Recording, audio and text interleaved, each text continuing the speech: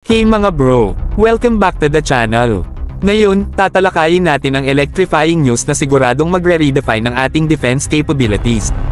Ayon sa military sources, ang Philippine Marine Corps ay kasalukuyang naghahanap ng cutting-edge Korean air defense system.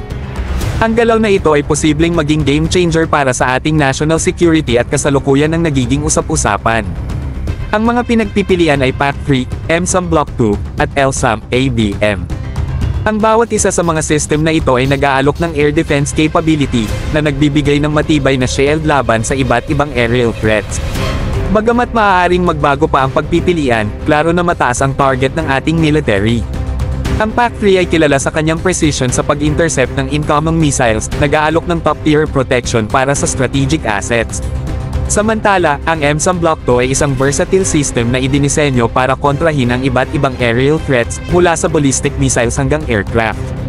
At andyan din ang LSAM, ABM, isang advanced system na partikular na binuo para sa anti-ballistic missile defense, na nangangako ng formidable layer of protection laban sa sophisticated threats.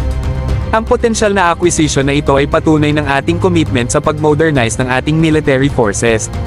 Ipinapakita nito na seryoso tayo sa pag-upgrade ng ating defense infrastructure para makasabay sa evolving security landscape.